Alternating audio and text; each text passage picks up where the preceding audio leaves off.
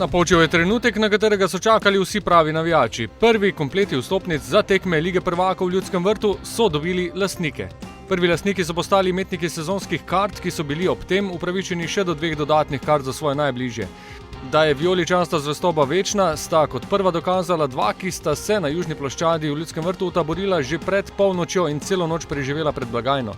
Sploh ni dvoma, da se je splačalo, sta zatrjevala, potem ko sta postala imetnika prvih vstopnic za tekme Maribora v Ligi prvakov. V bistvu je bilo tako, da sem zvedel, da on namerava iti pred ostalimi. Potem sem ga poklical in je na podlagi njegove pobude, da bi šli ob 11, sva sprejela sklep ob 11. Noč je milna v redu, malo sva sama prva igrala nogomet, sva si žogo zraven vzela, nekaj za pojest, nekaj za popit, pol pa so začeli ljudje hoditi in smo začeli malo skupaj nogomet igrati, vice, praviti, razlagati, glavne noč je milna hitro. V bistvu je že bil občutek, ko smo prišli na ploščado, da smo res prva dober, pa potem, ko pridejo drugi, ki pogledajo, wow, eni so še pred nami bili. To, da imamo karte, je zelo pomembno, zato je bilo vredno.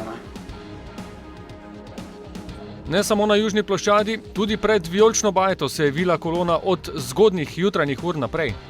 Do srede bo tako potekala prodaja za imetnike sezonskih kart in potem se bo šele vedelo, kako naprej s redno prodajo.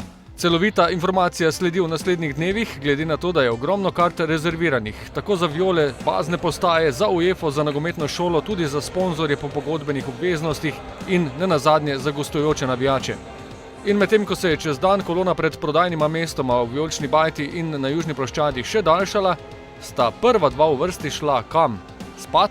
Ne, zdaj pa v službo, hitro v službo, nasvidenje.